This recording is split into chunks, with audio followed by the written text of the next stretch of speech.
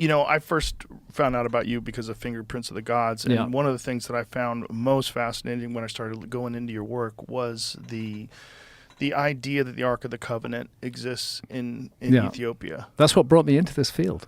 Before that, I wrote all about current affairs. That story is so nuts, and it sounds so ridiculous, and people, you go, what? The Ark of the Covenant's real? But then when you go into the history of these people that live there, and they all suffered radiation poisoning, and it's like, wait a minute. Cataracts over their eyes.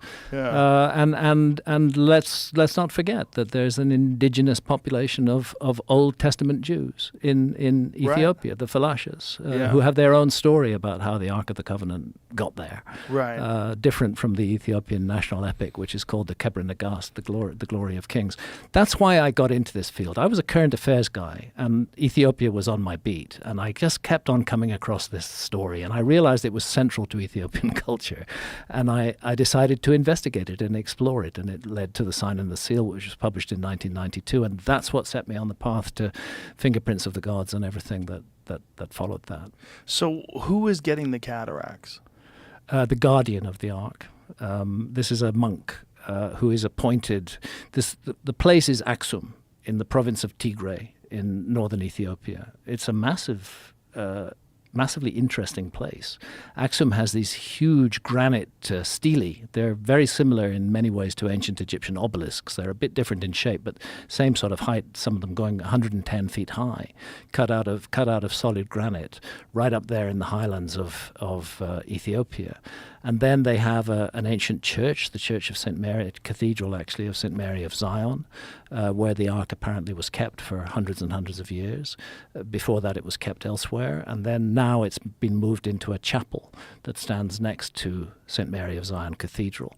And that chapel is guarded by armed men. The whole town is an armed camp that is protecting what they believe to be the Ark of the Covenant, but it's guarded particularly by one guy who is the official guardian of the Ark, and he's elected by other monks to be the guardian of the Ark, and several of them have run away when they get that election, because once you're elected as the guardian of the Ark, when the previous one has died, you're going to be kept in that chapel forever. You'll never be allowed to leave it. So they're close to whatever this object is. They're close to it. And I met 3 of them over a succession of years, because their mortality is once they're appointed, they die very soon.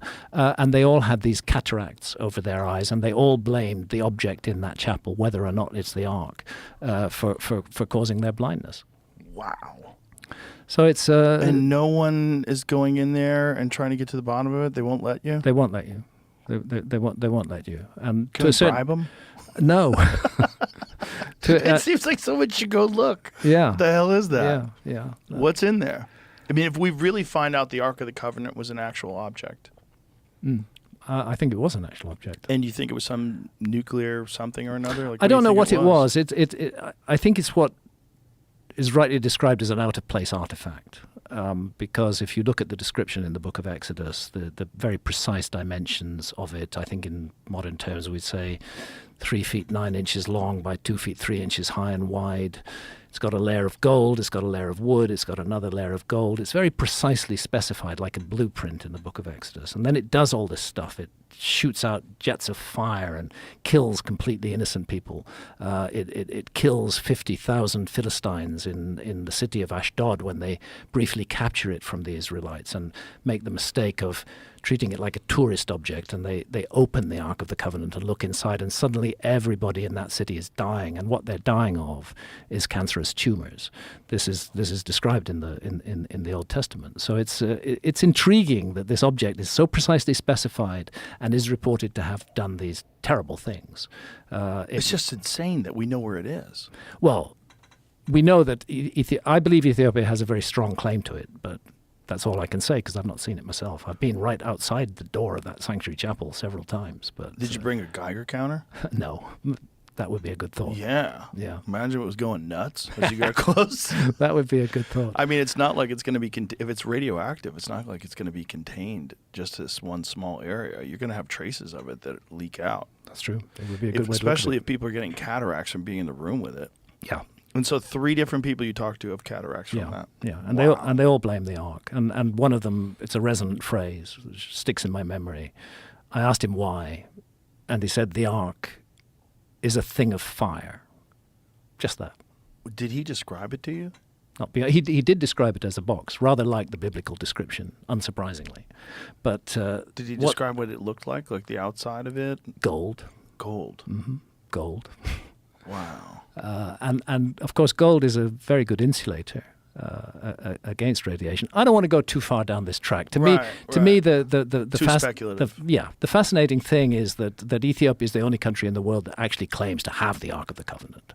That it's central to religion and culture in Ethiopia today. That there's much to support that argument, particularly in the form of the Falashas, the Ethiopian Jews, and their very ancient traditions about how they got to Ethiopia in the first place. In context of all of that, I think Ethiopia has a very good claim. Very interesting claim, and that's why I wrote a book about it. That one to me is just like, we know where it is. Yeah. That one to me is so crazy that someone is keeping that information from the rest of the humans. Yeah. Because if we found out the Ark of the Covenant was in fact a real object and we know where it is and it does match the description in the Bible, that kind of changes everything. Now all of a sudden the Bible is not just stories and myths. The Bible is some sort of a historical record. Yeah. Well, let's not forget that one of the world's best known flood myths also comes from the Bible, which is the flood of Noah. Right. Which again is part of this worldwide tradition of which I am absolutely convinced Atlantis should be understood as a part of that worldwide tradition of a global flood and the loss of a former civilization. And again, it's one of the reasons why I've done the work I've done over these years.